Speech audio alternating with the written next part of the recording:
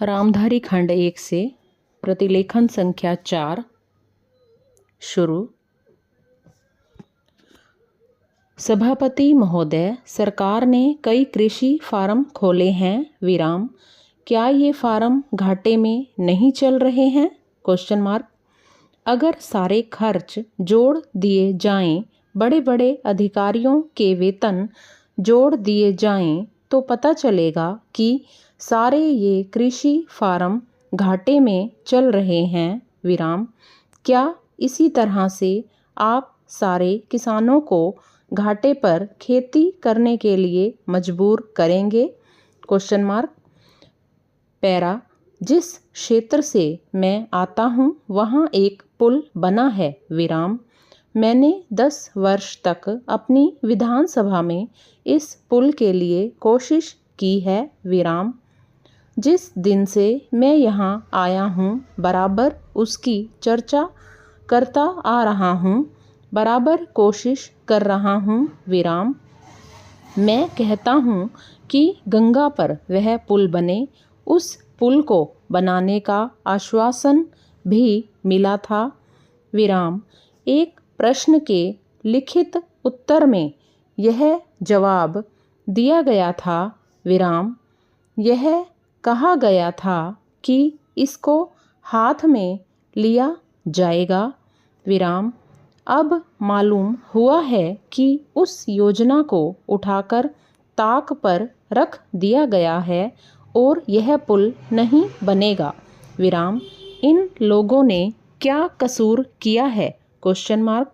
यह मैं आपसे जानना चाहता हूँ विराम। हमारे क्षेत्र के लोगों ने पाकिस्तान की लड़ाई में सरकार को हर तरह का सहयोग दिया था, हर तरह की सहायता दी थी विराम। हमारे यहाँ के नौजवान भी मोर्चे पर जाकर डटे विराम। जिस समय पाकिस्तान के साथ हमारा युद्ध चल रहा था तो कहीं कोई बात नहीं थी विराम।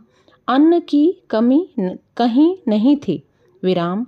अन्न की कमी भी हमारे विरोधी साथी पैदा करते हैं, जो यह चाहते हैं कि सरकार असफल हो जाए विराम।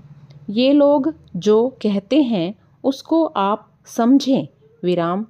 एक तरफ तो हमारे मित्र की बात है जो देश के बड़े बड़े शहरों में दंगे करवाते हैं, दूसरी तरफ हम हैं जो कि इनकी बातों को नहीं समझ पाते विराम। इनको सभी वे लोग मिल जाते हैं जो बेकार होते हैं या जो दंगे करवाने के लिए उत्सुक हैं विराम। इसलिए सरकार का इन सारी चीज़ों की तरफ ध्यान जाना चाहिए और उसको सोचना चाहिए कि क्या तरीका इन सब से बचने का हो सकता है विराम।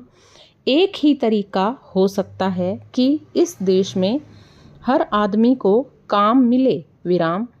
देहात में लोगों को करने के लिए काम मिले और खादी कमीशन की जो योजना है और जो कि एक अच्छी योजना है वह ठीक तरह से चले विराम। सौभाग्य से मैं आर्य समाज संगठन से संबंध रखता हूँ विराम।